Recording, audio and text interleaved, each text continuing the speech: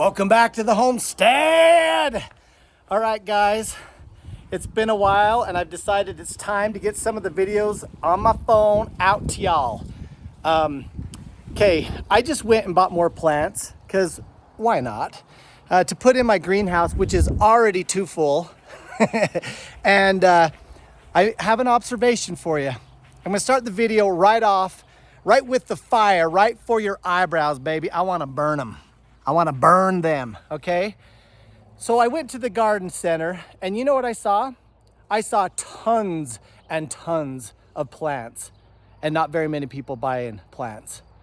There's something about it. I know inflation's high, but the other thing that's high is people's complacency. So back in 2021, 2020, 2022, people had a little bit of anxiety. They had been awoken by the scam that occurred upon the whole world, and everybody had a little bit more stimulus money. I get that as well, but everyone was out shopping. They were basically starting their doomsday garden, which was fine. That was a great practice. You know, welcome to the crowd, many of you. The problem is that people have let off. And I would say that this is not the time to let off. Now I'm gonna go give you, I think this video is going to be me planting my potatoes in the garden. That was a week ago. Sorry, I'm behind. I think that this is the year for potatoes, carrots, and onions. That's what I'm doing. So if you don't have a greenhouse, if you don't have grow box, if you don't have whatever, you can do potatoes. You know, I'm not above that. I think that the more you can do, the better, baby. So that's my message. I am gonna go into the greenhouse and just show you a tiny little update. And then the rest of the video will be me out slaving away planting potatoes. I got a few tricks to show you, so it'll be good. But you know, I just want to remind you that we have been warned by the director of the FBI to be vigilant for basically cyber sabotage. So as we get closer and closer to this line in the sand of China invading Taiwan, China is really puffing out their shoulders saying, you mess with our efforts to exert our dominance over Taiwan. If you do that, America, then we have some of your critical infrastructure within our grasp. And basically they're threatening us. And basically our FBI director is saying that we should take that serious. Now that's kind of a headline from a week ago. I'm sure all of you heard that and did something about it, right? Right? It is not the year to not be doing stuff in your gardens. It's not too late. Do what you can. All right, let's go in the greenhouse and then we're on to potatoes. Okay, so the greenhouse is seriously, it's never been so full in its whole life. It is Eden, baby. And by the way, I'm already harvesting my cherry tomatoes. So we made it 10 months out of the year off grid with tomatoes, not 12. I got to fix some things. It's me growing. But I want to show you, hold on. Okay, the screen's cleaner. The figs are growing. We have like 50 oranges growing, lemons, excuse me. They're all over. We have a few holdovers too. The bananas are growing.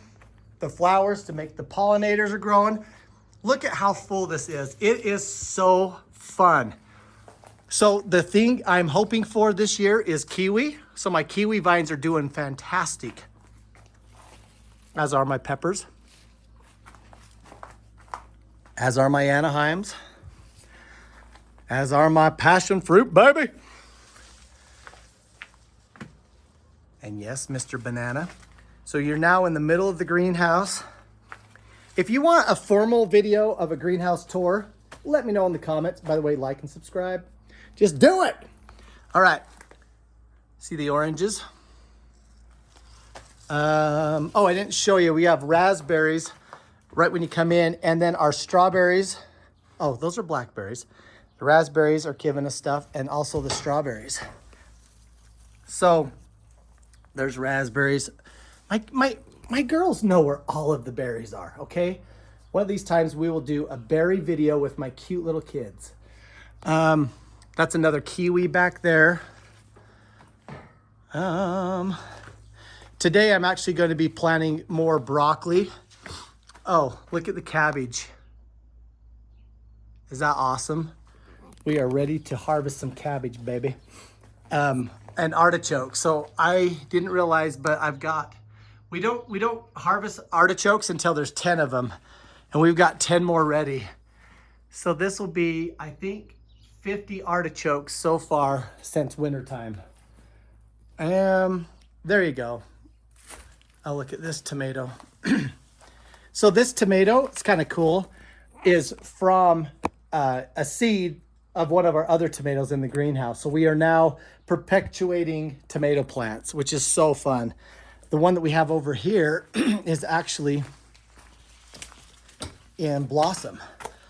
So we are going to have tomatoes, lots of them. All right, welcome back to the homestead. All right, I told you this is the year where even though I am the guy that has a 100-foot greenhouse, that this is the year that we're going to be nerding out on potatoes, onions, and carrots. And while I'm working, I'm just going to tell you a little bit about why, because I got a new microphone. I mean, I'm big time now, baby. I got a microphone and a selfie stick stand. I mean, freak. I tell you what. Well, I just barely listened to this headline where some moron from New York, sorry, he's not a moron, some misguided idiot that has moron ideas from New York is talking about how cattle and dairy is the number one, basically the number one emission, the number one thing contributing to global warming or climate change or whatever he's talking about. You guys, I'm telling you, this is why you do your backyard stuff. Because if they go in and create some crisis, you know, rather than if they're in charge and their agenda is climate, and we're gonna tackle climate by tackling dairy and cattle, well, how long before they come after that industry? And what does that do to prices? Prices go off the flipping rocker, and then you're either stuck with a shortage of stuff or you're stuck with major high prices. So that's why we shovel poop on our gardens. Look at this, by the way. That is rabbit manure. Now, normally it's a lot more fine and broken up, but it rained today, and I don't have time to wait for it to be nice and fluffy. And there's a little bit of like hay and straw. And I told my boys to get me 2 wheelbarrow fulls, and they did. And they grabbed the wettest, most compact stuff. It's okay. I just got done watching a baseball game, and I've got to get this garden planted tonight. So we're not going to wait, because that would just be making an excuse. You also should not be making an excuse. It is time to get your gardens in. So I felt bad because my garden was not done yet, but you know what? It's going to freeze tomorrow night. And so now I feel like I'm a flipping genius. Guys, I'm just trying to thread the needle. Like, life is extremely good because we still have all these things in abundance. But being a prepper, being a homesteader, is basically just allowing yourself to think, you know what, there could be some bad things happening, and you know what, I can do something about it. So when I hear these headlines of the attack on meat and protein, yeah, that's why I have meat rabbits. You know, yes, that's why I have a backyard Jersey cow. And in this case, this is why I'm also trying to do a little bit more as far as the vegetables for my family's needs. Okay, now I've threaded this needle many times for you. My message is not that you should copy any of this. My message is you should do whatever you're inspired to do, but you better get on it. Now is not the year to make an excuse of you're too busy, we have too many sports, I don't know, whatever our excuses are. It's just simply not the year to do that, in my opinion. It's election year. Everything's like a hot mess geopolitically. The China-Taiwan thing's about ready to pop off. You think that's going to make life any better? No, it's not. Had the president of Iran die in a helicopter. I surely hope that no one, meaning US or Israel, did that. And I hope that they don't think that we did that, because would that be the Bishop Ferdinand moment? It happened right before World War I. You know, it took 1 month before all of the consequences and ramifications of that death of that one guy to eventually escalate into World War I. I mean, I'm not saying that that was that moment. There's surprisingly not a lot of headlines regarding that helicopter crash. And so maybe it was just a helicopter crash in the fog. I mean, I'm sure that can happen, but I don't know. Let's just hope that's all it is. So yeah, here's my, actually have to set my selfie stick here. Here's my second wheelbarrow full of this brown gold, baby. Going to the garden. Yeah, if I had 3 hands, I would be amazing. Look at that. See the sacrifices I do for you guys? And you're gonna like and subscribe, right? Because I'm out here making a video, and I don't know, these videos are just amazing. They change your life. I know they do. Kidding, I'm joking. All right, so that is the main impulse of this video, is that you are busy and I am busy, but there's no time to slacken, in my humble opinion. It seems like someone flipped the switch and we're now at riot season again, or at least it's starting to gear up a little bit. I know the campus riots have been tapped down for now, but again, it's just like someone flips a switch and all of a sudden we go into chaos. Plus, we haven't even talked about disease X. Oh my gosh, like something I maybe wouldn't recommend you do is go watch some videos by a very prominent virologist, Gert. And I'm going to veil his last name so that I don't get destroyed by the algorithm. But his last name in 2 parts is Vanden. And then the second part is Bosch. I've been following him since 2020, and he's got some ominous things to say about this new disease coming up, and I don't like it. But you know what? You got to look into those kind of things to protect yourself. Now that might seem conspiratorial, but you know what? I listen to people like him and the lone voices, the very first people that got kicked off of Twitter and Facebook and YouTube. Those are the people you probably want to listen to. You know, by listening to them and then following them on all the new social platforms that came when we had that massive assault on freedom of speech. By following them on those other alternate platforms, you're able to get some pretty good science. You know, because science is actually a debate. It's a debate of ideas. Someone throws out a hypothesis, and then you either prove or disprove that hypothesis, but it takes 2 sides to do that. Except for in 2020, because we're scared. We put on a mask and we got scared. And so we were able to take 1/2 of the argument and we just banned them. And now, fast forward 3 years later, it looks like they were right. Ah, crap. So you're saying I made choices off of bad information? Yeah, incorrect information. And I, for one, am ticked, because this is not a side between 2 sets of people. No, we're all people. We're all people. There's no division amongst people, but there is division amongst people that are giving bad information. There is good information and bad information, and usually it has to do with good and evil, baby.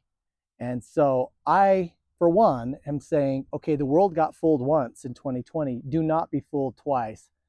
There are some awful negative things afoot, and you and I need to be watching so we can be prepared, in my humble opinion. Okay, so back to rabbit poop. So I'm going to have to till this up. Normally I wouldn't. It's okay. Running the tiller one more time through this garden is not going to be the end of the world. It'll actually be good for the soil, because once we get these potatoes planted, this is going to be a permanent no-till, kind of a back to Eden garden spot. And so I've already got some pretty good stuff. The cows have been in here. I've tilled it up. I use the track loader and then 2 different types of tillers, just get this nice and tilled. You know, you never know when a old frisbee might be helpful for your gardening. Anyway, so I'm gonna till this up one more time, and then this year the potatoes are actually going to go right on top of the ground. We'll till it up, and then I'm going to set the potato right here on the ground, take a shovel full, and that's how I'm going to do it. And then once the potato plant grows, then I'm going to mulch. I'm not going to put dirt. I'm going to put mulch with a little bit of dirt, a little bit of compost, but mainly mulch over the top of it, even like straw.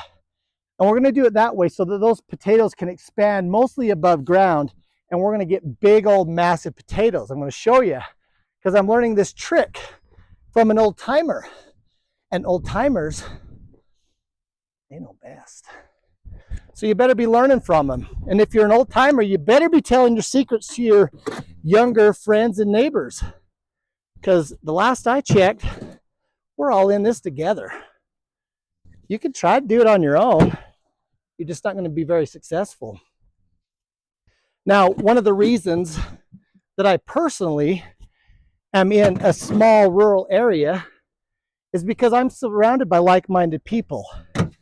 Now, some of these amazing like-minded people might be asleep, but they're like-minded. And when they wake up, they're going to wake up hard, and they're going to wake up righteously. And that's who I want to be around. Sound like crazy talk? Not.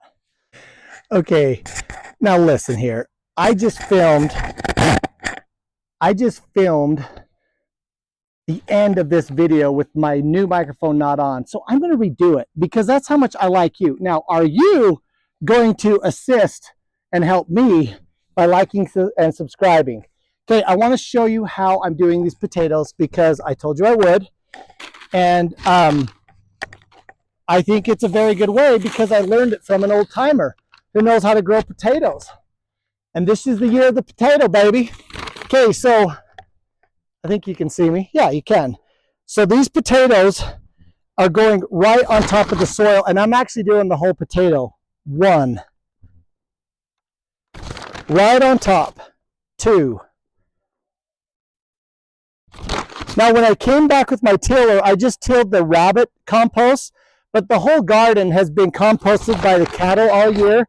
And then last year, we actually brought in a ton of compost as well. And so the dirt is actually got some pretty good stuff in it. It also just has a lot of rock and clay. So you might have an excuse why you're not going to do a garden. I don't want to hear about it. I have every excuse in the world. I got this sand, peat, clay, and soil, baby. Okay, so clay and rock. Sorry, I cannot multitask. Okay, so once the potatoes are done right on top of the dirt, then we're going to go right back over and get a scoop of dirt and put right on top. Now, some people don't do the whole potato. I get it.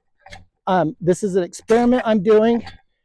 But it was a different old timer that told me to do the whole thing and that you'd get better root growth, tube growth. So I'm just putting a scoop of dirt right on top. And as soon as that starts growing, I'll make sure I hill it up. Oh crap, there should have been a tater over here. Well, we might just be sacrificing one of them. Okay, that's it. So that is now healed up and ready to go. So the potatoes on ground level, when they pop up, we're not going to put dirt on them. We're actually going to put a bit like straw and leaves and some grass clippings, whatever we can keep it light and fluffy compost, and let the potatoes grow up and into that. So the other thing that I'm going to do, so I carried over some of my own potatoes. Now, another old timer says, no, get certified seed potatoes. This is where I am selective. I'm listening to some of the things that I'm learning from the old timers, but this is something I know I need to figure out. So I'm going to do it. How do you propagate your own seed potatoes? Now, I've done this before and it works. Obviously, potatoes have a way of regenerating, and this is how. But I'm going to experiment between the certified seed potatoes and my carryover potatoes. So I have heard that you want to get rid of these. They're going to go in the ground and they're going to grow those anew, but they're going to grow them in their healthy, ideal environment in the ground. So we're going to do that. And we're going to experiment between my seed potatoes and the certified seed potatoes. Now, I want to end on this note, and I will report back to you on how this does. A very inspired man of liberty and man of faith. His name is Ezra Taft Benson. He was a potato farmer. He grew up in Idaho. He, in his political world, he was a man of liberty. He was Secretary of Agriculture. So he worked, as a cabinet member in the government. And he was a man that spent the remaining parts of his life warning about what we would call deep state or secret combinations, Getty and robbers. He was very concerned with it. As a religious leader, he became a world religious leader as president of the Church of Jesus Christ. And while acting in his religious role, he gave a talk called Prepare for the Day of Tribulation. In my opinion, one of the greatest prep talks ever given.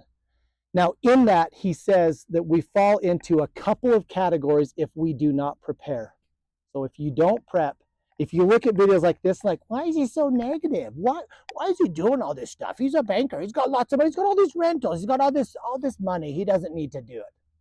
Which, by the way, is horse crap. That's why I was talking in my funny, weird voice. I don't know what that voice is supposed to mean. It's supposed to mean horse crap. We all need to prepare. Rather you've got money or rather you don't. I mean, none of us have money now. We got inflation, baby.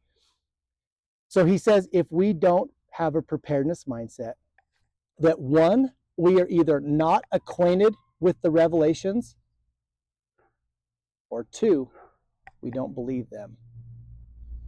So the only third category left is you are someone who's preparing. So you're either preparing or you're not acquainted with the revelations of God through his scripture, or you don't believe the revelations of God through his scripture. Which one are you?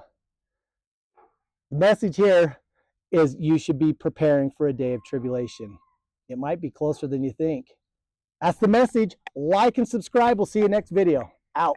I have a confession. I keep on buying more plants than we have room for, just because it's so cool. And it feels like the greenhouse when you walk in needs something right here. We have some little asparagus starts, but I'm thinking having a big old garden of broccoli. Wouldn't that be cool? It's not too crowded, right? Poor Becca, she just comes in here and sees more plants she has to water. But I did hook up water, so we're covered. All right, we're covered. All right, see you next time.